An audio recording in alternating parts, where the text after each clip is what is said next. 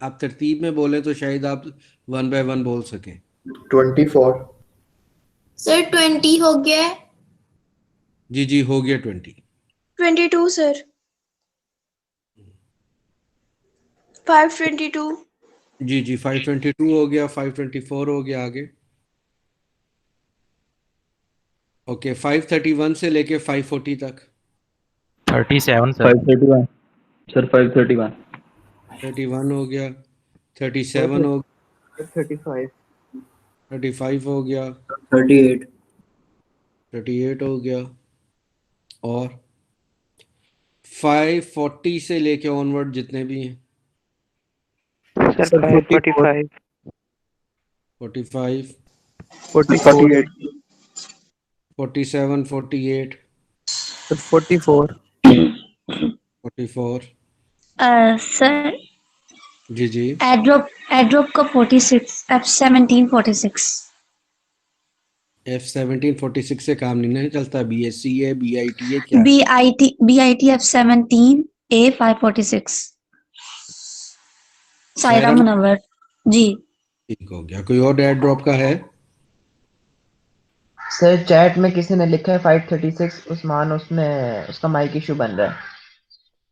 चलो कोई बात नहीं, अल्लाह उसे नया माइक देगा तो उसकी अटेंडेंस लग जाएगी।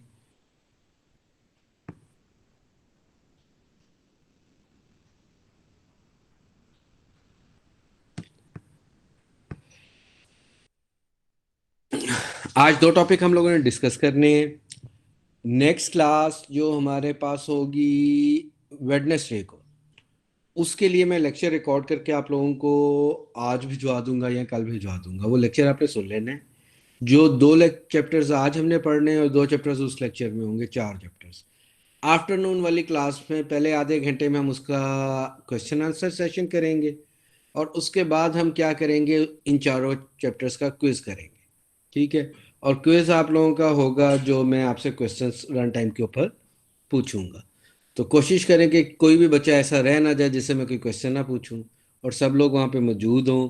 और आपके इन चार का क्विज जो है वो क्वेश्चन आंसर सेशंस की सूरत के अंदर हो जाएगा। तो दो चैप्टर आज के जो हम पढ़ रहे हैं और दो का लेक्चर आपको मैं भेज दूंगा। वेडनेसडे को सुबह हम 9 बजे क्लास नहीं करेंगे, वो लेक्चर आप लोग खुद सुन लेंगे, और बाद में फिर शाम में इन चारों का हम क्या करेंगे, पहले क्वेश्चन आंसर सेशन करेंगे और फिर क्विज करेंगे। जो लास्ट क्विज आप लोगों का वो सॉर्ट आउट कर ली है। काफ़ी लंबा सारा काम है क्योंकि स्क्रीन पे बैठ के सारा चेक करना है। तो मेरा ख्याल है वो 2-3 दिनों में मैं चेक करके आप लोगों को उसका रिजल्ट दे दूंगा। तो ये जो नेक्स्ट क्विज है ये हम उसी टाइम पे करेंगे, और आप लोगों ने आफ्टरनून की क्लास में, नेक्स्ट क्लास में मौजूद रहना है, और उससे पहले ये वाला लेक्चर भी प्रिपेयर कर लेना है, और नेक्स्ट लेक्चर जो मैं आपको भेजूंगा वो भी आपने तैयार करके रखना है। ठीक हो गया जी? चले। अब हम कोशिश करेंगे कि जो कुछ हमने एक वीक में पढ़ना है उसी वीक में उसका क्विज भी कर लें, क्योंकि ज़्यादा चैप्टर इकट्ठे हो जाते हैं तो फिर प्रॉब्लम होती है। तो वेडनेसडे की आफ्टरनून क्लास में हम हर वीक में अब क्विज करेंगे। ठीक हो गया जी? अच्छा जी, अब हमने स्टार्ट करना है आज का लेक्चर।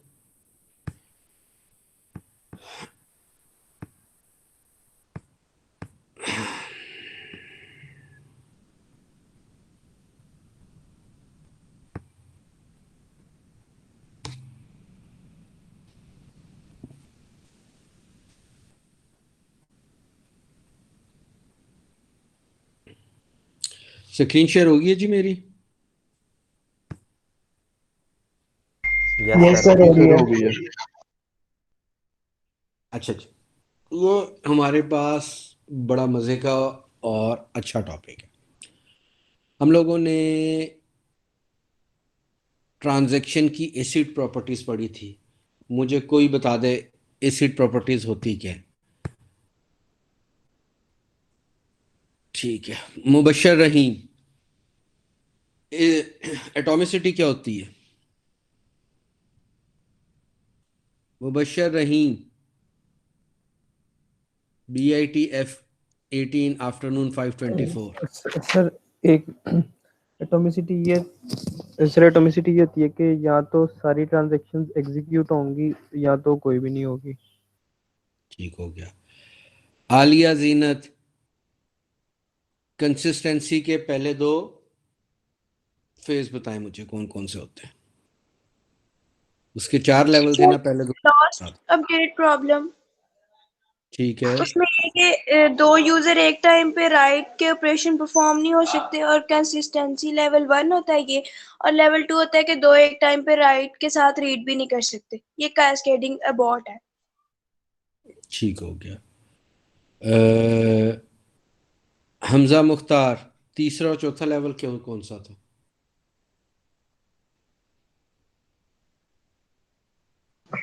सर तीसरा तो होता है कि फैंटम टपल होता है, यानी कि लिख नहीं, यानी एक वक्त पे आप राइट और रीड नहीं कर सकते, एक वक्त में एक ही काम होगा।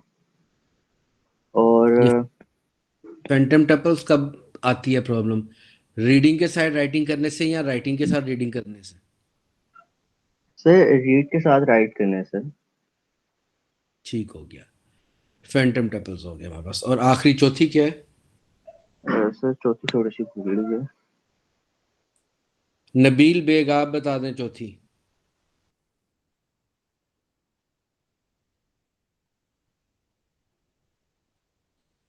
नबील बेग, सर नहीं पता। हुमा मुस्तफ़ा। सर मैं sir no commit before completion of transaction, क्योंकि जो कमिट 100% पे सिर्फ हो सकता है, उससे पहले नहीं। ठीक है, और इसे ईओटी बोलते हैं, एंड ऑफ ट्रांजैक्शन से पहले कमिट होना मुमकिन नहीं। बिल्कुल ठीक है। शानुल हक, आइसोलेशन क्या होती है ये बता दें। सर आइसोलेशन ये होती है कि अगर काम आपका सीरियल है लेकिन वो फील्ड पैरेलल होता है, यानी एक वक्त में, मतलब ऐसे ही है पैरेलल वाला। ये तो आप बिल्कुल ही गलत बोल गए। अच्छा जी। सईदा रुबाब मजहर, आइसोलेशन बताएं क्या है?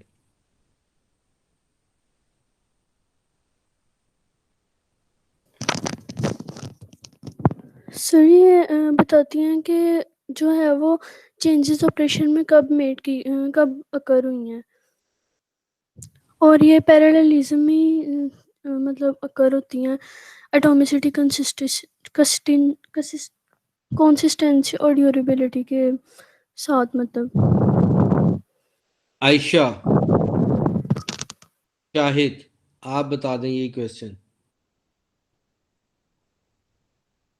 आइसोलेशन क्या सर होती है? आइसोलेशन में सीरियल एग्जीक्यूशन होती है, यानी आप जैसे हो काम पैरेलल होता है लेकिन हमें ऐसे फील होता है कि सीरियल हो रहा है। जैसे अब आप हमें पढ़ा रहे हैं तो हर बच्चे को लगेगा कि आप उसे इंडिविजुअली पढ़ा रहे हैं, लेकिन आप सारे बच्चों को मिलके इकट्ठे पढ़ा रहे हैं। ठीक हो गया। हाँ जी, ये बात दिस इज फाइन कि आपने काम पे करना है पैरेलल, लेकिन उसकी फीलिंग और रिजल्ट होना चाहिए सीरियल वाला, तो इसको हम आइसोलेशन बोलते हैं। हसन वहीद, ड्यूरेबिलिटी क्या होती है?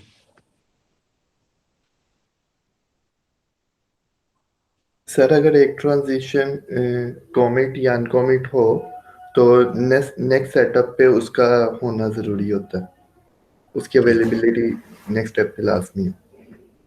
हसन चट्ठा, जो रिकवरी का प्रोसीजर हमने पढ़ा था उसमें से एसिड प्रॉपर्टीज की कौन कौन सी प्रॉपर्टीज की रिक्वायरमेंट्स को हमने फुलफिल कर लिया था?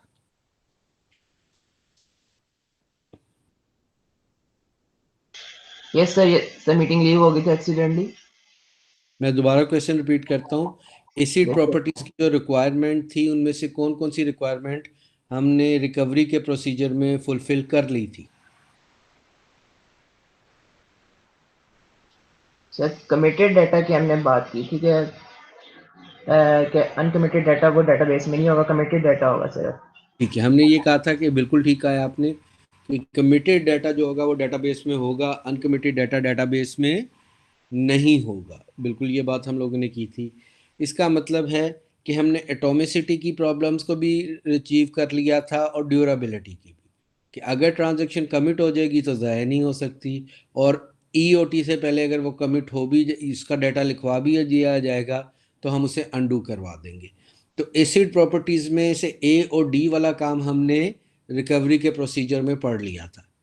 कंसिस्टेंसी और आइसोलेशन वाली जो डिटेल्स हैं आज हम उसको कवर करेंगे किसके अंदर, अपने आज के टॉपिक मैनेजिंग अनडू डाटा के अंदर। तो ये रीड राइट की प्रॉब्लम ना हो, फैंटम टपल्स वाली और कैस्केडिंग अबॉर्ट और लॉस्ट अपडेट, ये सारी प्रॉब्लम्स आज हम सॉल्व कर लेंगे। हम जब किसको ऐड करेंगे, अनडू फाइल्स को।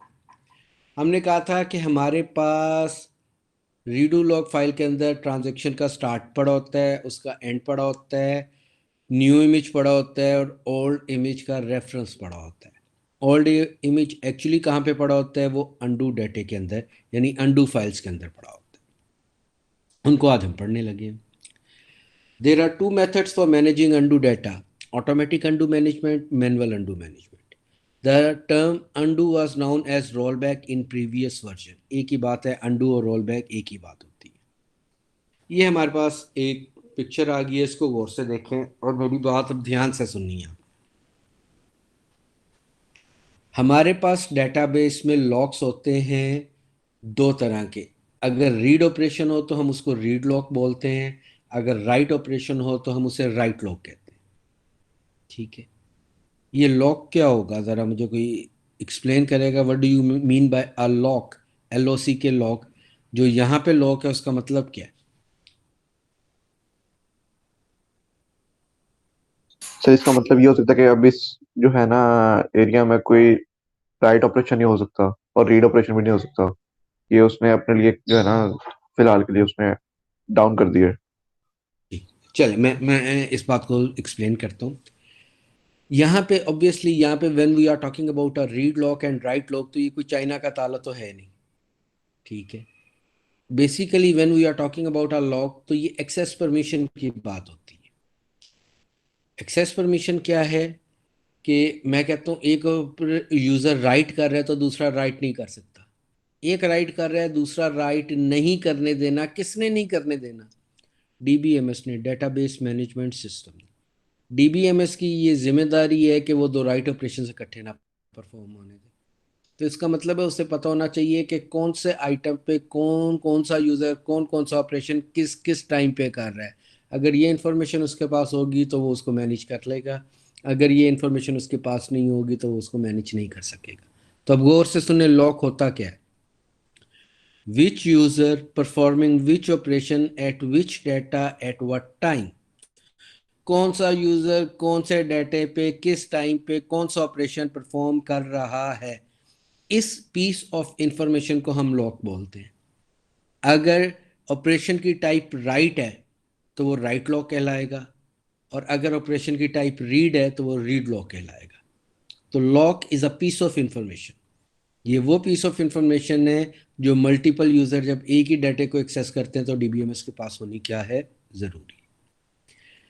अब मेरे पास यानी DBMS के पास अगर सारे लॉक्स की इंफॉर्मेशन होगी तो वो उसको मैनेज कर सकते हैं कि रीड के साथ कहाँ रीड अलाउ करना है, कहाँ रीड के साथ राइट अलाउ करना है, कहाँ राइट के साथ रीड अलाउ करना है और कहाँ राइट के साथ राइट अलाउ नहीं करना। प्रॉब्लम स्टेटमेंट अब याद कर लें हम अपनी। हमारे पास प्रॉब्लम स्टेटमेंट क्या थी? रीड राइट के साथ राइट नहीं हो सकता, राइट के साथ रीड नहीं हो सकता, रीड के साथ राइट नहीं हो सकता। सिर्फ एक ऑप्शन थी, रीड के साथ रीड हो सकता है। यानी 4 ऑप्शंस में से 3 पे ना थी, एक पे हाँ थी। यानी 75% हम पैरेलल काम कर ही नहीं सकते थे, सिर्फ एक केस में पैरेलल काम कर सकते थे, वो था रीड ऑपरेशन। हमने अब ये पैरेलल एक्टिविटी को बढ़ाने की भी कोशिश करनी, क्योंकि पैरेलल एक्टिविटी जितनी ज़्यादा बढ़ेगी उतनी हमारी एफिशिएंसी क्या होगी, बेहतर होगी। ठीक हो गया जी? यहाँ तक मेरी बात आपको कुछ समझ आई है जो मैं सियाको सबाक बनाने की कोशिश कर रहा हूँ आपको बात समझाने के लिए?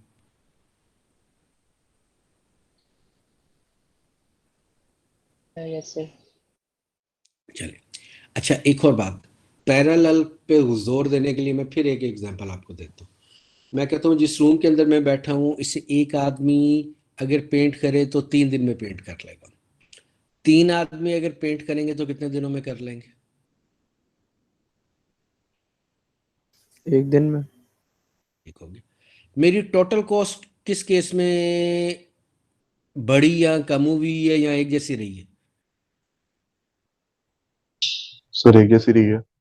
एक टोटल कॉस्ट में कोई फर्क नहीं आया। पहले मैंने एक आदमी को 3 दिन की पेमेंट करनी थी, अब 3 आदमियों को 1 दिन की पेमेंट कर दी, तो टोटल कॉस्ट में कोई फर्क नहीं आया।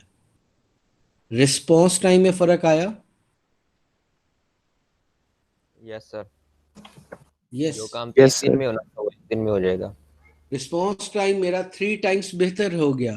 पहले 3 दिन बाद वो खत्म होना था, वो 1 दिन के अंदर खत्म हो गया। हाँ, इसका मतलब है कि हमारे पास टोटल कॉस्ट तो नहीं कम हुई, लेकिन रिस्पॉन्स टाइम बहुत कम हो गया। तो पैरेलल एक्टिविटी का यही सबसे बड़ा फायदा है। सो हमने पैरेलल एक्टिविटी को बढ़ाना है। रीड लॉक और राइट लॉक की मदद से हम उसको बढ़ा लेंगे। आप सुने रीड लॉक और राइट लॉक काम कैसे करते हैं। ये टेबल है, इस टेबल के ऊपर एक उसने रोज रिकॉर्ड्स रखे हुए हैं, उसमें से एक रिकॉर्ड को उसने वाइट कर दिया और उठा के अनडू सेगमेंट में रखवा दी। अनडू सेगमेंट में एक फाइल है।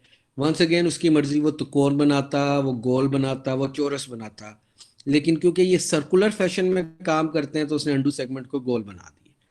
तो ये एक फाइल है। तो जैसे ही हमारे टेबल के किसी भी रिकॉर्ड के ऊपर राइट लॉक लगेगा, कौन सा लॉक? राइट लॉक लगेगा, तो उसकी कॉपी को, ओल्ड कॉपी को उठा के अनडू सेगमेंट में रखवा दिया जाएगा। अब ये जो व्हाइट वाला रिकॉर्ड है, ये बाकी किसी भी यूजर के लिए अनअवेलेबल होगी। जो सा मर्जी यूजर आके इसे एक्सेस करने की कोशिश करेगा, ये व्हाइट वाला एरिया, मेमोरी एरिया उसके लिए अवेलेबल नहीं है।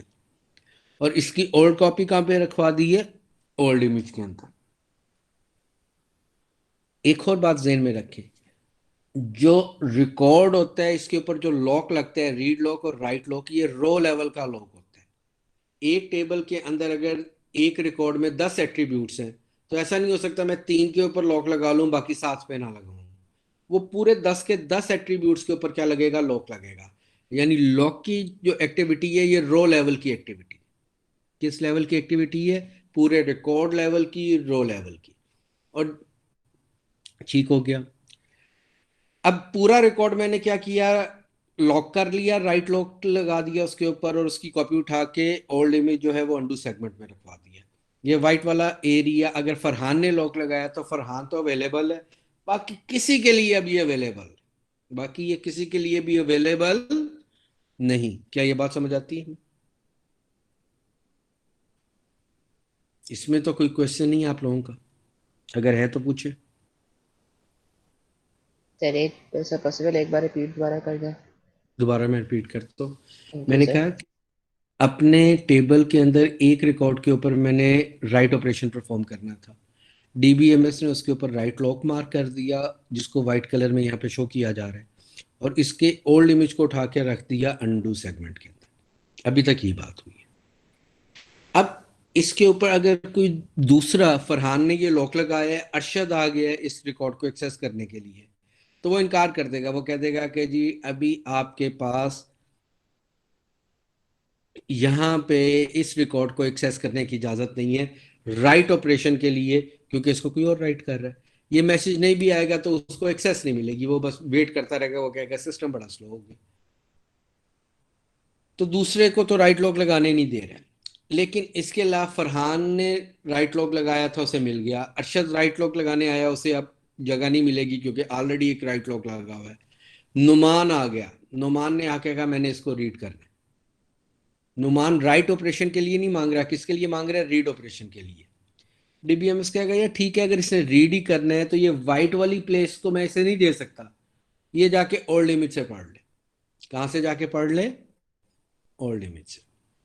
अब देखो, अगर 1 बजे फरहान ने इस पे लगाया था राइट लॉक, और 1:01 पे यूजर नंबर 2 आ गया इसको रीड करने के लिए, तो हमने उसे कह दिया जाके तुम अनडू सेगमेंट से पढ़ लो। अब यहाँ पे जो व्हाइट वाले में वैल्यूज चेंज हो गई हैं, वो वैल्यूज तो चेंज हो गई हैं वहां पे, लेकिन वो अभी तक कमिट नहीं हुई। जब तक वो कमिट नहीं होंगी वो परमानेंट पार्ट ऑफ डेटाबेस नहीं बनेंगी। तो अभी तक डेटाबेस का परमानेंट पार्ट और एक्चुअल वैल्यू कौन सी है? पुराने वाली वैल्यू पड़ी कहाँ पे है? ओल्ड इमेज में। तो जोन से भी नए यूजर राइट लॉक लगने के बाद रीड ऑपरेशंस के लिए आएंगे, हम उन्हें कहेंगे डाटा रीड कर लो। कहाँ से जाके? अनडू सेगमेंट से। इसका मतलब है हमने पहली प्रॉब्लम का सॉल्यूशन निकाल लिया जो कैस्केडिंग अबाउट थी। अब राइट ऑपरेशन के साथ रीड ऑपरेशंस अलाउ कर दिए। राइट के साथ क्या कर दिए? रीड ऑपरेशंस अलाउ कर दिए। क्या ये बात समझ आती है हमें? यस सर, समझ आती है। क्वेश्चन है जी जी। तो ये कि अगर न्यू इमेज है उसको कमिट कर दिया जाता है तो ओल्ड इमेज में जब अगर तब रीड कर रहे हैं तो तब क्या होगा? अच्छा, अभी अभी आप लोग 3 से 4 मिनट मेरी तकरीर सुने, उसके बाद आपने क्वेश्चंस करने। हो सकता है मैं आपके कुछ क्वेश्चन सही कर चुका हूँ। ठीक हो गया? जी सर। अच्छा, अब अगली बात सुनिए। रीड के साथ हमने, राइट के साथ हमने कहा रीड अलाउ कर दी। ठीक है, अब अगली बात सुनो। ये काम हो कैसे रहे, पहले ये सुन लो। किसी भी ट्रांजैक्शन की 2 पॉसिबल स्टेट्स हैं जो खत्म होंगी। या वो कमिट हो जाएगी या वो अबॉर्ट हो जाएगी। यानी वो कंप्लीट हो जाएगी या कमिट हो जाएगी या अबॉर्ट हो जाएगी, उसे अनडू कर देंगे। अगर ट्रांजैक्शन कमिट होगी तो ये ओल्ड इमेज जो पड़ा हुआ है अनडू में, ये डिस्कार्ड कर दिया जाएगा और ये जो व्हाइट वाला इमेज है इसे मार्क कर दिया जाएगा, ये करंट है। और अब हर आने वाली नई ट्रांजैक्शन कहां से रीड करेगी? व्हाइट से।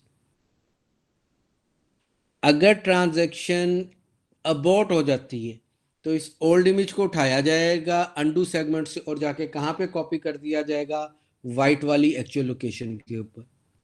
तो अनडू परफॉर्म हो जाएगा। सो अगर कमिट होगा तो पुराना इमेज जाया कर देना, और अगर अबॉर्ट होगा तो पुराने इमेज को उठाने और लाके न्यू इमेज की जगह पे रखवा देना। तो ये हमारे पास बिहेवियर है ट्रांजैक्शन के खत्म होने पे। 2 ही तरह से खत्म हो सकती है, या कमिट होगी या क्या होगी? अबॉर्ट होगी। दोनों केसेस के अंदर हमने अनडू सेगमेंट की ओल्ड कॉपी का क्या करना है वो हमने बता दिया। कमिट के केस में जाया कर देनी है, और अगर हमारे पास क्या है,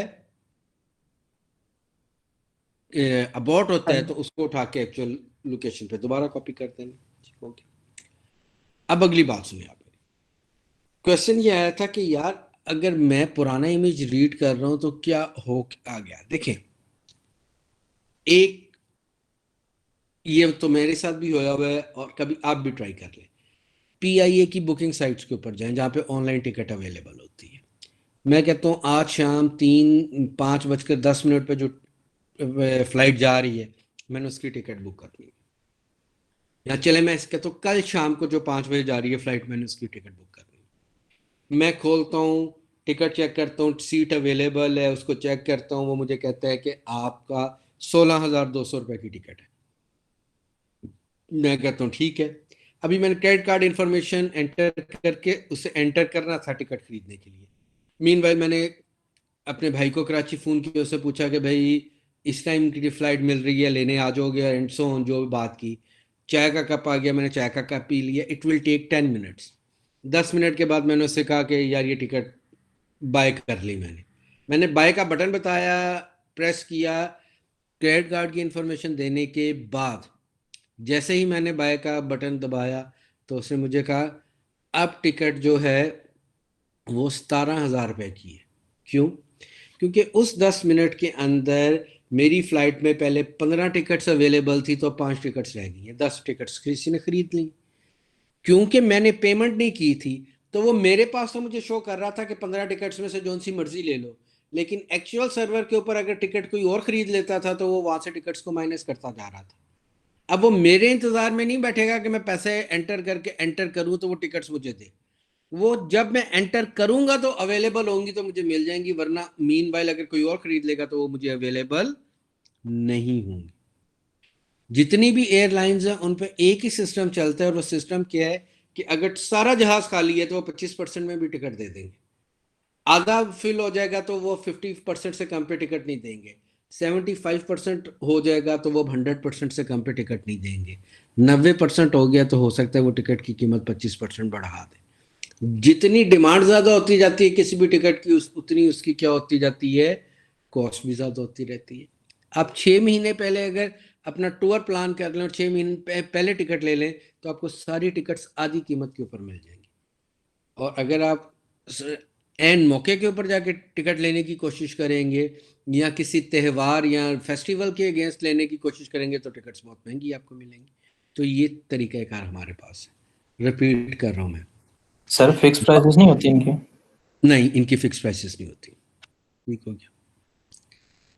ये जो वाइट एरिया आपके पास है, क्या है ये जो वाइट एरिया आपके पास है, यहाँ पर जो भी चेंजेस हुई हैं, अगर ये फरहान ने लॉक लगाया तो ये सिर्फ फरहान को नजर आएंगी। डेटाबेस इसको भी कंसिडर नहीं करेगा जब तक ये कमिट नहीं हो जाती। सो कमिट होने से पहले सारी की सारी चेंजेस कहाँ पे हमारे पास आएंगी? ओल्ड इमेज के अंदर आएंगी। ठीक हो गया जी। चले, हमारे पास ओल्ड इमेज के अंदर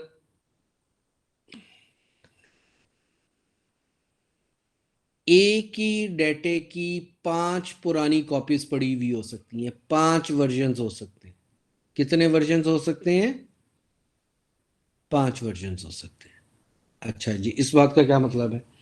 आपके मैं इसमें मैसेजेस में टाइप कर रहा हूं, जरा इसको देखें।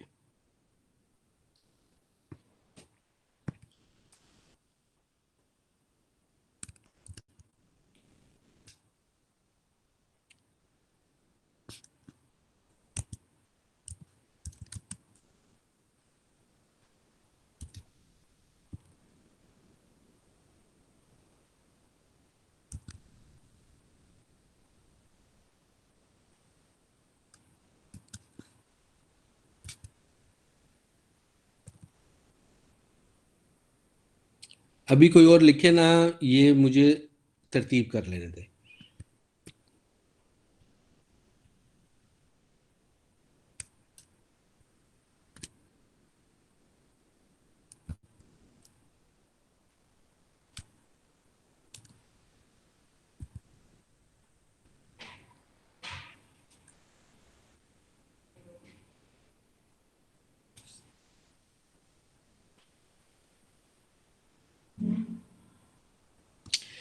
अच्छा जी, आप लोगों के पास पेन और पेंसिल्स पड़े हुए हैं? Yes sir. चलें लिखें। ये यहाँ पे मैं गलती कर रही हूँ तो मैं इसको दोबारा, अब क्योंकि डिलीट नहीं कर सकता तो मैं आप बोलता हूँ, आप लोगों ने लिखना है। T1 इज अ ट्रांजेक्शन 1, वो राइट कर रही है एक्स ऑब्जेक्ट को 1 बजे।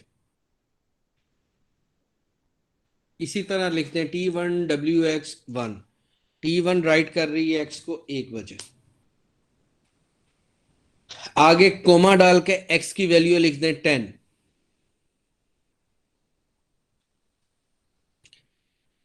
फिर अगली लाइन में आ जाएं। T2 ट्रांजैक्शन है, वो रीड कर रही है एक्स को 1:01 पे। T2 ट्रांजैक्शन है जो रीड कर रही है एक्स को 1:01 पे। अब मुझे कोई बताएगा T2 को वैल्यू क्या मिलेगी एक्स की? सर एक्स क्या है यहाँ पे? मैंने बताया x is equal to 10, x की वैल्यू 10 है। T1 ने जब राइट किया x को 1 बजे तो उसको x की क्या वैल्यू मिली? 10। वो उसे क्या राइट करता है ये हमें नहीं पता। T2 ने रीड किया उसी x को 1:01 पे, तो उसे क्या वैल्यू मिलेगी? Sir sir 10। गार्बेज वैल्यू मिलेगी क्योंकि कमिट नहीं नहीं हुआ तो मेरे ख्याल से। नहीं, उसे 10 मिलेगी। और ये 10 वो कहाँ से रीड कर रहा होगा? Undo old copy segment. से। Old image. सेगमेंट से। वो देखो व्हाइट वाला मेमोरी एरिया जो गार्बेज एरिया है वो तो अब हमने एक्सेस ही नहीं कर सकते, उसको ये कहाँ से मिलेगा? अनडू से। ठीक हो गया। आगे ये वाला आपने टेबल बनाते जाना है। T1 कमिट हो गई 1:02 पे। लिख लें ये लिखे बगैर समझ नहीं आएगी। T1 कमिट हो गई 1:02 पे।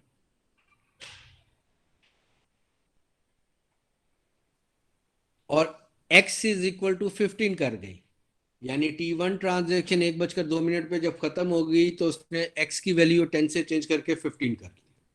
ठीक हो गया। अगली लाइन में लिखें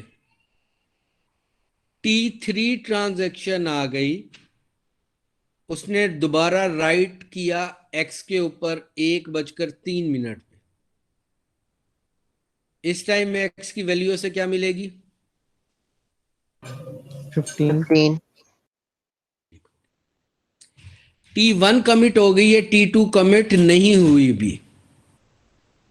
ठीक हो गया, ये बात ध्यान में रखनी है। T4 ट्रांजैक्शन आ गई, उसने रीड किया x को 1:04 के ऊपर। ये T4 ट्रांजैक्शन को x की क्या वैल्यू मिलेगी? 15 सर। 15। ठीक हो गया। 1:05 पे T3 ट्रांजैक्शन कमिट हो गई और उसने x की वैल्यू 20 कर दी।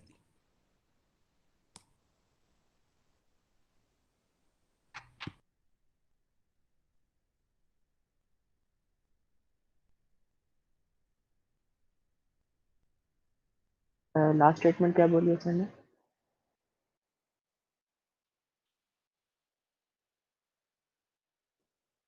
हारिस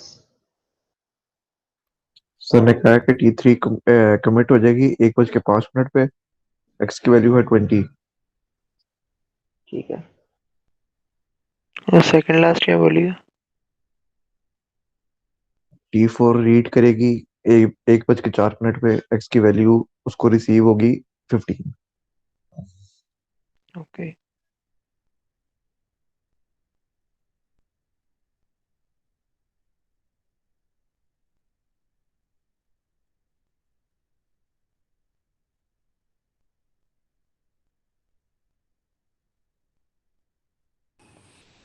हाँ जी, अच्छा जी, चार्ट जो आपके पास बने, कोई मुझे पढ़ के बता देगा क्या बन गया है? आबिद अली तुम बता दो।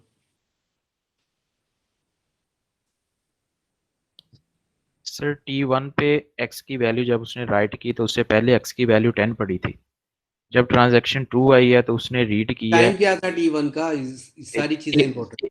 1 मिनट पे 1 बजे पूरे। तो ये सारे वो ट्रांजैक्शन तो सुने और याद रखनी है ये सारी चीजें, फिर इस पे हम बात करेंगे भी। ट्रांजैक्शन 2 आई है, उसने रीड की है x की वैल्यू 1:01 पे, तो उसे x की वैल्यू 10 मिली है। ठीक है। फिर ट्रांजैक्शन 1 कमिट हो गई है 1:02 पर। यहाँ तो पे रुको, उसने यहाँ पे रुको एक सेकेंड। इसका मतलब है इस टाइम हमारे पास x के 2 वर्जन चल रहे हैं। एक वर्जन में है जो 1:03। मम्मा को बांध चली गई। सायरा बंद करें अपना माइक। सायरा, मुनव्वर। अच्छा जी। अच्छा जी, हमारे पास जो है क्या नाम है, x के अब 2 वर्जन पड़े हुए हैं। एक एक्चुअल टेबल के अंदर पड़ा हुआ है जिसकी वैल्यू 15 होगी भी है 1:03 में, और 1:01 बजे वाला इमेज पड़ा हुआ है जिसका हमारे पास क्या है, वैल्यू थी 10। हमने कहा था जैसे ही कोई ट्रांजेक्शन कमिट हो जाएगी उसका ओल्ड इमेज ज़ाया कर दिया जाएगा, लेकिन ये वाला इमेज इसलिए ज़ाया नहीं हो सकता क्योंकि इसे ट्रांजेक्शन नंबर 2 एक्सेस कर रही है। जब तक ट्रांजेक्शन नंबर 2 ख़त्म नहीं हो जाती हम इसको क्या नहीं कर सकते, हम इसको छोड़ नहीं सकते। ट्रांजेक्शन T2 के ख़त्म होने तक हमें इस ओल्ड इमेज को मेंटेन करना पड़ेगा, लेकिन ये ओल्ड इमेज सिर्फ उन्हीं ट्रांजेक्शन्स के लिए एक्सेसिबल होगा जो ऑलरेडी उसे यूज़ कर रही हैं। नई ट्रांजेक्शन अब T2 वाले 1 बजे वाले इमेज को एक्सेस नहीं कर सकते। ओल्ड इमेज को सिर्फ वही ट्रांजेक्शन्स एक्सेस करेंगी जो ऑलरेडी उसे यूज़ कर रही हैं, और वह इमेज तब तक मेंटेन किया जाएगा जब तक उसको इस्तेमाल करने वाली ट्रांजेक्शन्स खत्म नहीं हो जाती। फिर 1:03 पे ट्रांजेक्शन नंबर 3 आ गई और उसने फिर राइट लॉक लगा दिया उसके। उसने जब राइट लॉक लगाया तो 15 वाली वैल्यू थी, तो एक तो 10 वाला इमेज पड़ा ही है 1:01 बजे वाला एक्स का, 1:03 बजे वाला भी एक्स का इमेज जाके कहां पे, अनडू सेगमेंट में स्टोर हो गया, और उसको भी किसने एक्सेस कर लिया, ट्रांजेक्शन नंबर 4 ने 1:04 पे। ट्रांजेक्शन नंबर 3 जो है वो 1:05 पे कमिट होगी। जैसे ही वो कमिट हो गई वहां पे 15 से वैल्यू 20 हो गई एक्चुअल डाटा में, लेकिन अनडू सेगमेंट में हमारे पास 2 वर्जन अब पड़े हैं, एक 1:01 वाला जिसमें एक्स की वैल्यू 10 है, और एक 1:04 वाला जिसमें एक्स की वैल्यू क्या है, 15 है। और इन दोनों को हम क्यों नहीं ड्रॉप कर सकते? क्योंकि एक को ट्रांजैक्शन नंबर 2 एक्सेस कर रही है और एक को ट्रांजैक्शन नंबर 4 एक्सेस कर रही है रीड ऑपरेशंस के लिए। तो जब तक ये पुरानी ट्रांजैक्शंस खत्म नहीं होंगी हमें ये पुराने इमेज भी मेंटेन करने पड़ेंगे। कितनी लिमिट है? मैक्सिमम 5 अनडू इमेजेस एक अनडू फाइल के, एक डाटा ऑब्जेक्ट के अनडू फाइल में आ सकते हैं। 5 इमेज पूरे होने के बाद अगर छठा इमेज आएगा तो पहले वाला इमेज डिस्कार्ड कर दिया जाएगा और उसके ऊपर चलने वाली तमाम ट्रांजैक्शन अबॉर्ट कर दी जाएंगी और मैसेज आएगा to old image in undo file. Message क्या आएगा? To old image in undo file. जी, अब जरा मेरी सारी बात जो मैंने बोली है इस पे ध्यान कर लें, टेबल को एक नजर देख लें और फिर जो क्वेश्चंस है वो मेरे से करें।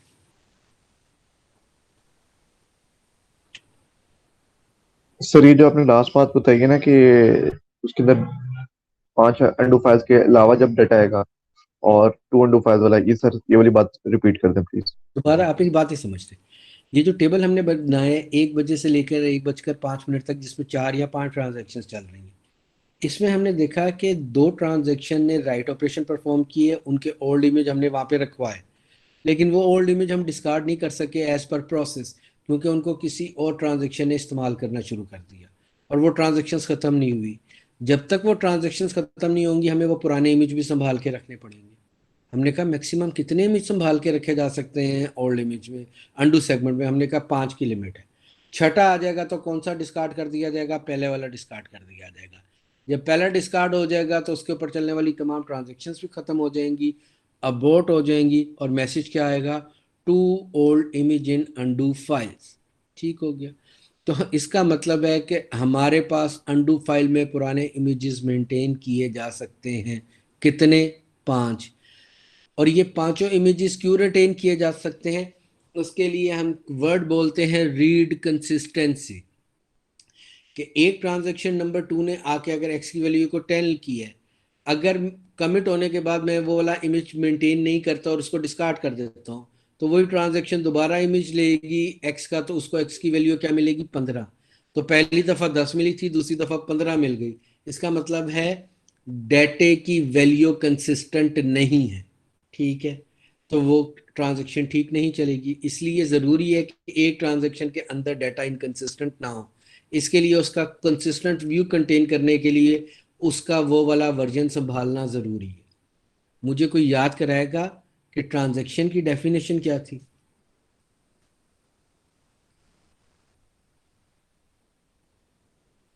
जी जी सर लॉजिकल डेटाबेस को बेसिस एक का था। कंसिस्टेंट स्टेट से दूसरी कंसिस्टेंट स्टेट में पहुंचाने का प्रोसेस। बिल्कुल। ट्रांजैक्शन रूल्स क्या? Of logical rules of basis पे होता है।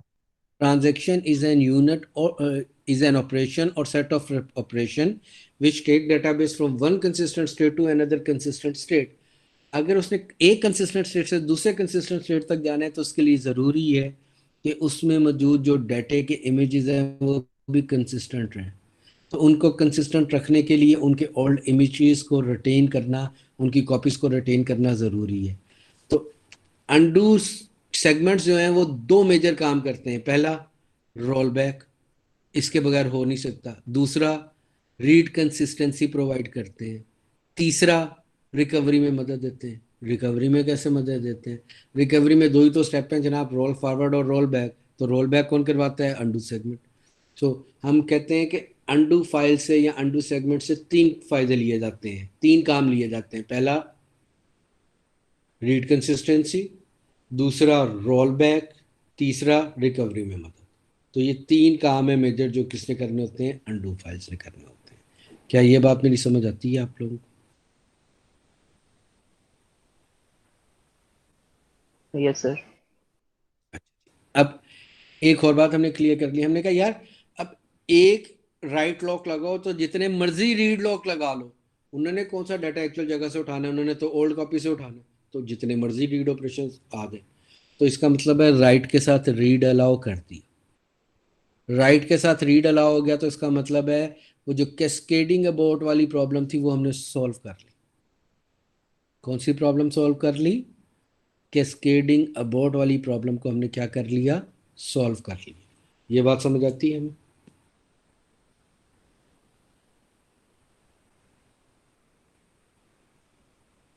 Yes sir. ठीक हो गया।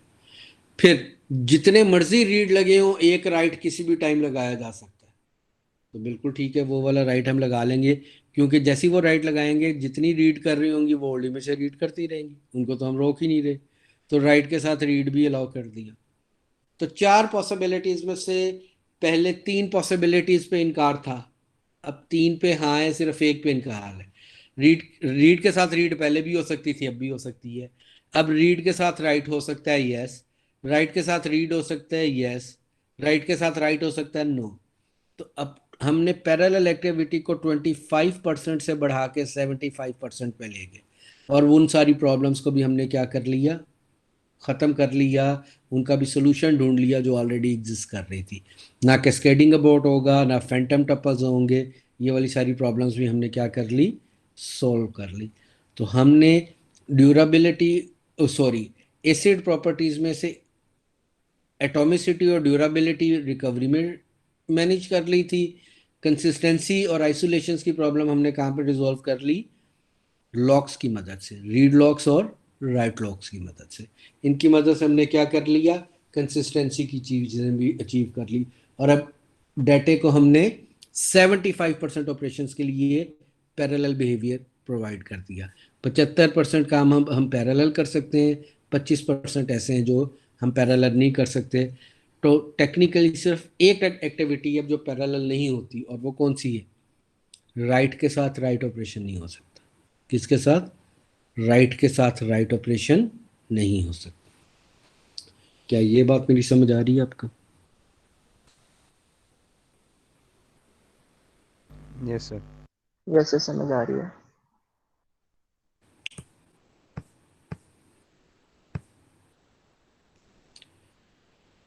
अनडू सेगमेंट पर्पस वही 3 है जो अभी हमने मेंशन किए थे, transaction recovery, read consistency and transaction rollback. Read consistency, डाटे की कॉपी कहाँ पे मेंटेन की जाएगी, अनडू में, और वहाँ से हम क्या करेंगे, उसका इमेज तब तक मेंटेन करेंगे जब तक हम क्या नहीं कर लेते, सारी इंफॉर्मेशन वहाँ से एक्सेस नहीं कर लेते और ट्रांजैक्शंस बंद नहीं हो जाती। ओके, इसको कोई रीड करते हैं। फर्स्ट 10 रोल नंबर्स जो हैं मॉर्निंग के,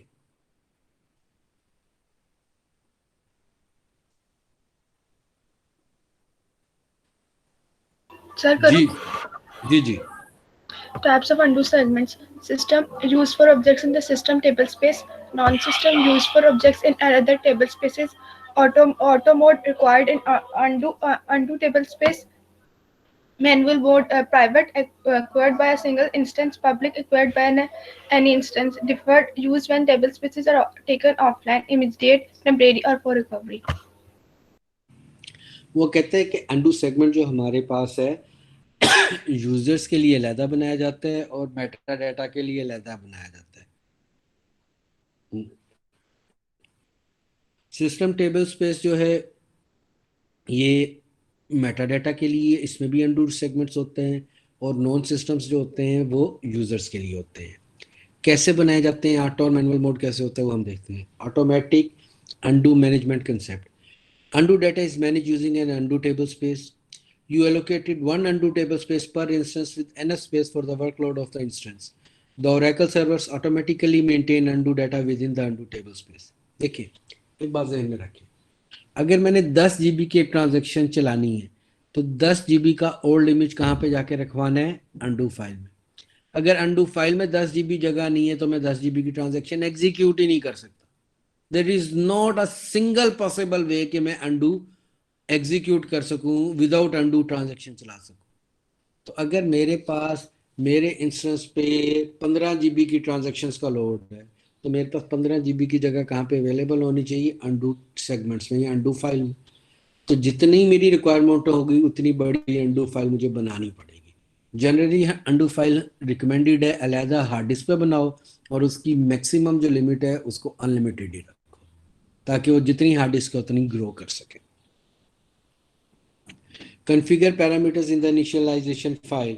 2 पैरामीटर हैं जो पैरामीटर फाइल में इसके चेंज किए जा सकते हैं, undo management and undo table space. Undo management specifies whether the system should be auto or manual. Undo tablespace specify a particular undo tablespace to be used. Auto या manual करनी है तो इन दो पैरामीटर्स में undo management is equal to auto करोगे तो auto होगी, वरना वो मैनुअल ही रहेगी। और जब भी ऑटो करोगे तो एक टेबल स्पेस भी मेंशन कर दोगे, पूरे इंस्टेंस के लिए वो टेबल स्पेस क्या हो जाएगी, एज अंडू टेबल स्पेस काम करना शुरू कर देगी। Creating undo tablespace with the database by adding clause in the create tablespace command. Database create करते हुए undo tablespace बनाई जाती है, नीचे syntax दिया हुआ है उसने। undo tablespace you undo 01, data file का एड्रेस आ गया, उसका साइज आ गया और ऑटो एक्सटेंड ऑन कर दिया। और बाद में भी बना सकते हैं क्रिएट undo tablespace की कमांड के साथ। सो अब प्रैक्टिकली वो जो हमने तीसरे या चौथे चैप्टर के अंदर क्रिएट टेबलस्पेस डाटाबेस की कमांड देखी थी, तो उस कमांड के सारे पॉइंट्स ही ऑलमोस्ट अब हम अलग-अलग भी पढ़ चुके हैं। और टेबल स्पेस के डाटाबेस बनने के बाद भी टेबल स्पेस को क्रिएट करना हो तो वो भी हम कर सकते हैं, उसकी कमांड भी नीचे अवेलेबल है। इन दोनों कमांड्स में कोई कंफ्यूजन आप लोगों को हो तो मुझसे पूछे। सर विंडोज में भी यही डायरेक्टरीज होती हैं? नहीं, C:D के साथ डायरेक्टरी होगी। ये तो माउंट करते हैं हम और उसके ऊपर चलते हैं। विंडोज के अंदर तो C:D एड्रेसेस होंगे ना। एड्रेसेस तो ऑपरेटिंग सिस्टम के अपने तरीकेकार से लिए रखे जाते हैं ना। सर ये टेबल स्पेस हम बना रहे हैं, बारी बारी पूछे। सर ये टेबल स्पेस हम बना रहे हैं, ये नॉन सिस्टम वाली टेबल स्पेस है। हाँ, ये यूजर डाटा के लिए जो सिस्टम की टेबल अंडू टेबल स्पेस होती है वो सिस्टम टेबल स्पेस के अंदर ही होती है, वो हम नहीं अलग से नहीं बनाते। जी क्वेश्चन करें जो पहले का आप इकट्ठे बोल पड़े थे। सर वो डायरेक्टरी से एक बार क्लियर कर दें कि पहले तो C:D हो जाएगा, उसके बाद आगे जो फर्दर फोल्डर की डायरेक्टरीज होंगी उनकी बात कर रहे हैं सर। वो वाला स्ट्रक्चर सेम ही है, वो वाला स्ट्रक्चर सेम ही है, उसमें चेंज नहीं आती। ठीक है सर। और ये डिफॉल्ट है। अगर हम इसको चेंज करना चाहें कि मैंने ओरा डाटा में नहीं रखनी, मैंने डाटा 1 एक फोल्डर बनाना है और उसके अंदर ये फाइल रखनी है, तो इस पर कोई तराज वाली बात नहीं। ये स्टैंडर्ड नहीं है जो लिखा हुआ है, ये उसने एक एग्जांपल दी हुई है ओरा डाटा कि ओरेकल डाटा का एक फोल्डर बना दिया है U01 पे जो कि उनकी वो डिवाइस है। तो मैं कहूँगा C: की डिवाइस के ऊपर ओरा डाटा की जगह मैं बना देता हूँ डाटा 1 का फोल्डर और उसके अंदर मैं फाइल्स रखवा देता हूँ, तो ये ठीक है, इसमें भी कोई तराज नहीं। तो ये जो डायरेक्टरी के नाम है यहाँ पे, ये मैं अपनी मर्जी से रख सकता हूँ, इसमें कोई प्रॉब्लम वाली बात नहीं।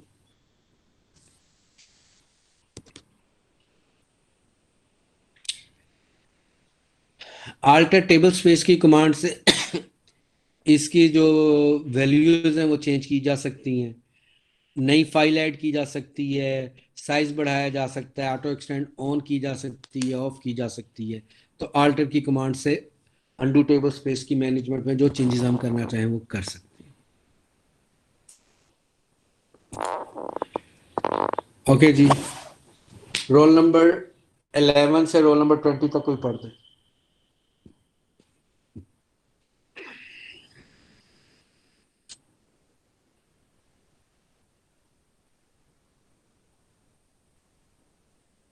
Role number 11।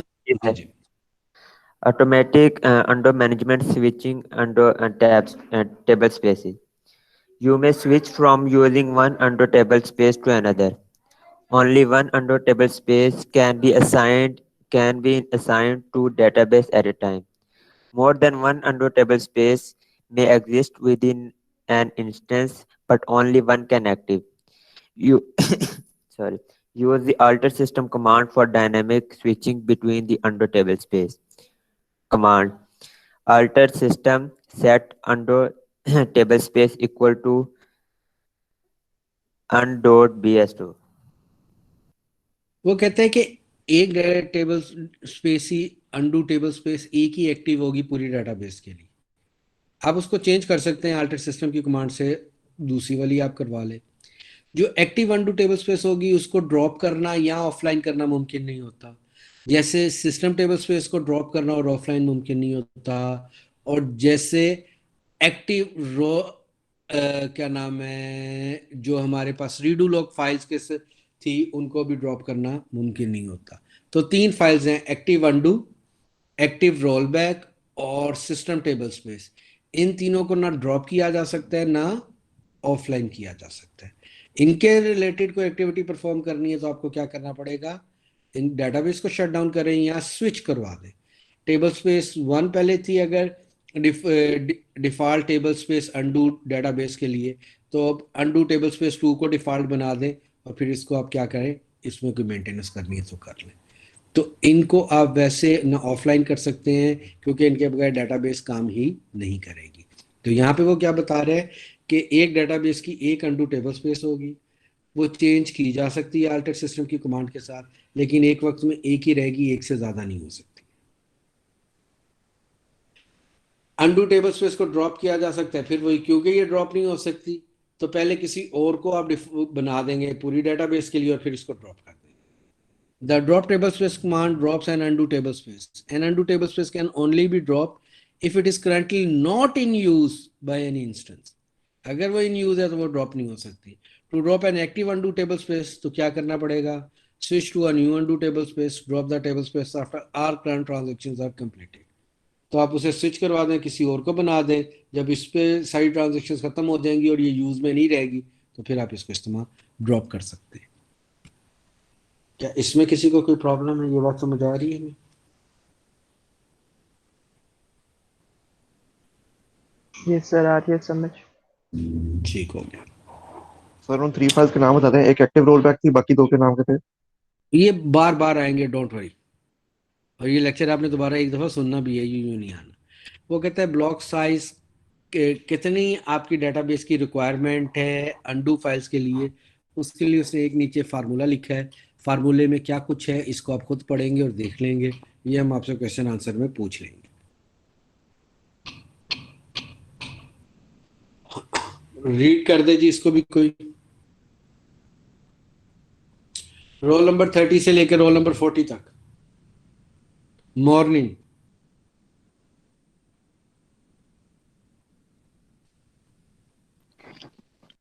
Automatic undo management undo quota. Long transactions and improperly written transactions can custom valuable resources. With undo quota, users can be grouped and a maximum undo space limit can be assigned to the group. Undo pool, a resource manager directive, defines the amount of a space allowed for a resource group. When a group exceeds its limits, no new transactions are possible for the group until undo space is freed by the current transactions which are either completing or aborting. वो कहता है अगर सबको unlimited access दे दी जाएगी तो उससे problem हो सकता है। वो कहता है अगर 10 GB आपने अनडू टेबल स्पेस रखनी है तो 2 GB आप रखते हैं डेटाबेस एडमिनिस्ट्रेटर्स के लिए, 4 GB आप रखते हैं डेवलपर्स के लिए और बाकी 4 GB जनरल यूजर के लिए रखते हैं। तो एक जो यूजर है वो अपने कोटे से बाहर अनडू इस्तेमाल नहीं कर सकेगा, इसलिए पूरी की पूरी डेटाबेस किसी एक यूजर की वजह से इफेक्ट नहीं होगी। हर बंदा अपने ग्रुप वाला जो कोटा है उसी को इस्तेमाल करेगा और उससे बाहर नहीं निकल सकेगा। तो इससे मैनेजमेंट हमारे पास अनडू की क्या हो जाती है, बेहतर हो जाती है। ये व्यूज हैं जिनमें अनडू से रिलेटेड इंफॉर्मेशन पड़ी है, इनको हम यहाँ से देख लेंगे। अच्छा जी, हमारे पास आज 40 से ज़्यादा लोग नहीं आए और हमारे पास ये क्लास तकरीबन 90 लोगों की है। तो अब कोशिश करेंगे कि हम अगले 2-3 दिनों में लेक्चर्स में कुछ लोगों को फ़िल्टर कर ही दें, जो नहीं आना चाह रहे तो फिर हम उनको क्लास में रखें भी ना, क्योंकि मुझे नहीं लगता कि बगैर पढ़े उनका रहने का कोई फ़ायदा है। आप लोगों ने इस लेक्चर को भी अच्छी तरह तैयार कर लेना है।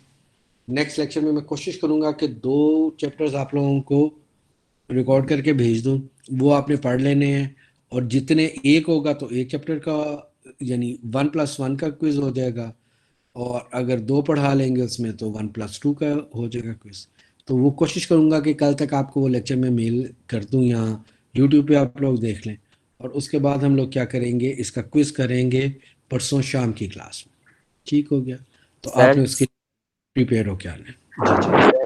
सर मैं अटेंडेंस सबसे पहले बोली आपने, अभी तक लगाई नहीं, मैंने 5 से 7 मरतबा आपको बोली थी, इसीलिए शायद नहीं बोली होगी, एक दफ़ा बोलनी है। सर मैं अब 10 लोगों की बोलनी थी तो मैंने 17 कहा, लेकिन आपने किया ही नहीं। हालांकि इतने लोग बार बार बोल रहे थे, शोर आ रहा था, तो किसी की हो रही थी किसी की नहीं हो रही थी।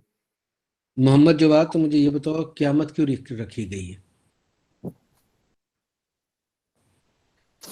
क़यामत क्यों रखी गई है, ये बताओ जरा मुझे। उसमें सर हिसाब किताब होगा उनका लोग।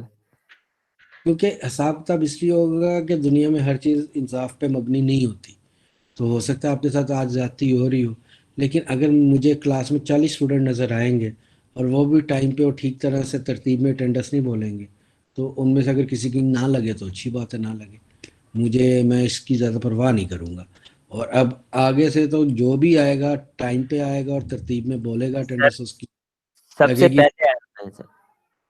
बस इसको बदकिस्मती कहते हैं, इस पे भी थोड़ा सा बिलीव रखो, परेशान नहीं होना ऐसी बातों से। ठीक है अगर सर। तुम अगर तुम सही कह रहे हो तो इससे तुम्हारा नुकसान कोई नहीं होगा। Okay sir. ठीक हो गया, चलो। सर एक क्वेश्चन है जी जी। सर, वो ट्रांजैक्शन से रिलेटेड क्वेश्चन था कि जब ट्रांजैक्शन 1 कमिट कर दी थी 1:02 बजे एक्स की वैल्यू हमने 15 स्टोर की थी। उसके ठीक बाद है। फिर हमने ट्रांजैक्शन 3 जब राइट ऑपरेशन था तो उसको वैल्यू एक्स 15 मिली, और जो प्रीवियसली ट्रांजैक्शन 2 थी उसके अंदर एक्स की वैल्यू 10 थी। यानी कि हाँ, सेकंड डाटा जो था, second image copy of image थी हमारे पास, जिसकी वजह से ट्रांजैक्शन 3 को एक्स 15 मिली है। ऐसा ही है? अभी बात सुनो। ट्रांजैक्शन नंबर 1 और ट्रांजैक्शन नंबर 3 डेटे को एक्सेस कर रही है उसकी एक्चुअल लोकेशन से जो टेबल के अंदर है। ठीक हो गया। पहले वहां पे 1 बजे क्या थी, इमेज 10 का, और 1:03 पे क्या हो गया, 15। लेकिन 1:01 वाले की ओल्ड कॉपी कहाँ पे रिटेन की हुई है हमने, अंडू में। हाँ जी सर। ट्रांजैक्शन नंबर 2 ने उसको वहां से एक्सेस किया, तो अब वहां पे तो वैल्यू चेंज होगी एक्चुअल लोकेशन पे, लेकिन जो अंडू सेगमेंट में 10 वाली कॉपी पड़ी है वो रिटेन रखनी पड़ेगी, क्योंकि उसे ट्रांजैक्शन नंबर 2 इस्तेमाल कर रही है। जब तक ट्रांजैक्शन 2 खत्म नहीं होती हमें 1 बजे वाली कॉपी को रिटेन करना पड़ेगा।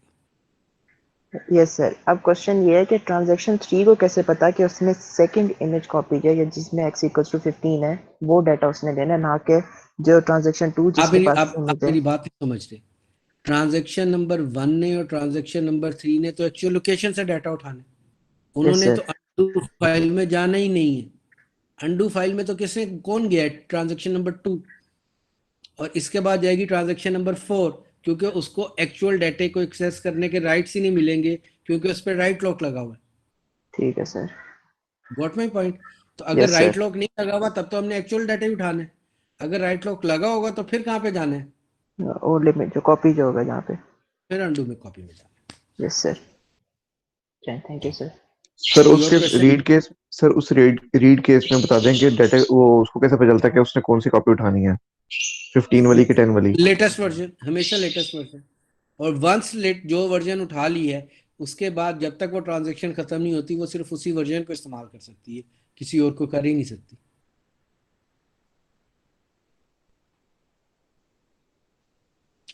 अच्छा, अब इसका एक और बहुत बड़ा एडवांटेज देखो।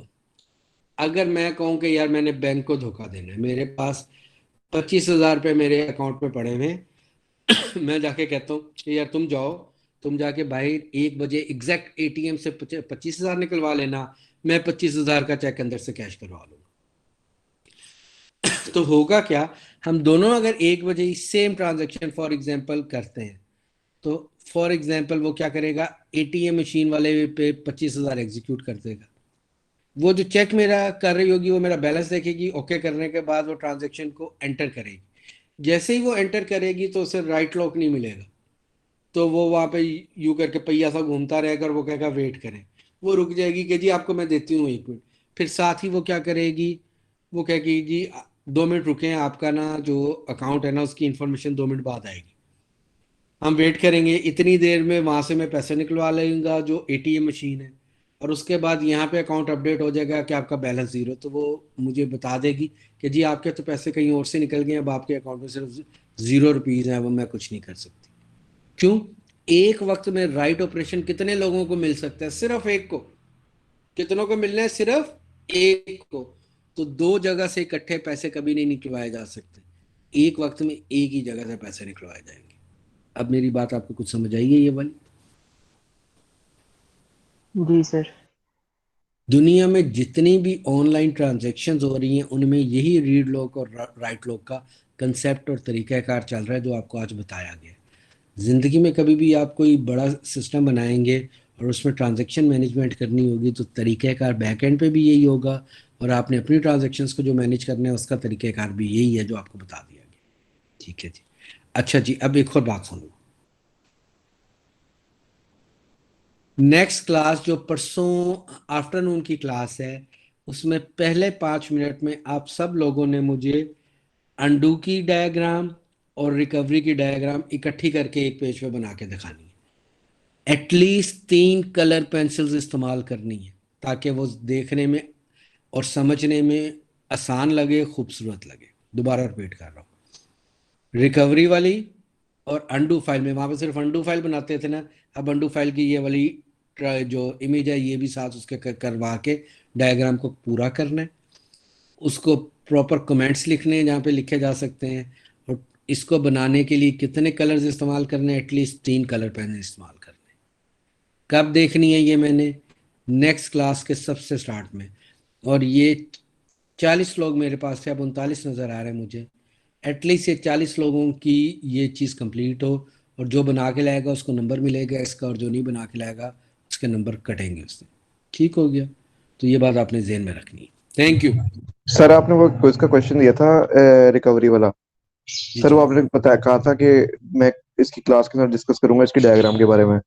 सर वो बता यार दें कि डायग्राम कौन सी थी और एक दफ़ा डायग्राम फिर बना लो यार। तुम्हें एक स्लाइड भी मेल की हुई है, ये वाली स्लाइडें भी मेल की है, इनमें से निकाल के बना लो। उसी ने सर वो मुझे पता नहीं चल रहा कि उनमें से कौन सी है। वो यू वाली डायग्राम तो नहीं है जिसके अंदर पहले क्या नाम है जब सिस्टम रीस्टार्ट होता है उस दौरान वो होती है, वो वाली डायग्राम कह रहे हैं आप? हाँ वो एक रेफर कर दें मुझे बस। वो वाली ठीक सर। वो यू वाली नहीं बनानी, वो रोल बैक और रोल फॉरवर्ड वाली आपको मैंने जो बना के दिखाई थी और जिसकी स्लाइड मैंने मेल की थी आपको, जो स्लाइड ये वाली नहीं थी और एकल वाली नहीं थी, दूसरी स्लाइड थी। तो रिकवरी पावर पॉइंट अंडू और वो रीडो स्लाइड वाले कर रहे हैं। रिकवरी वाली, रोल फॉरवर्ड और रोल बैक वाली। उसके साथ आप रिकवरी है, उसके साथ आपने ये अंडू फाइल वाली भी ऐड करनी है और वो बनानी है। ठीक है जी। हाँ सर मुझे मेल कर देंगे जरा दोबारा। श्योर। Okay, thank you. अल्लाह हाफिज़ सर।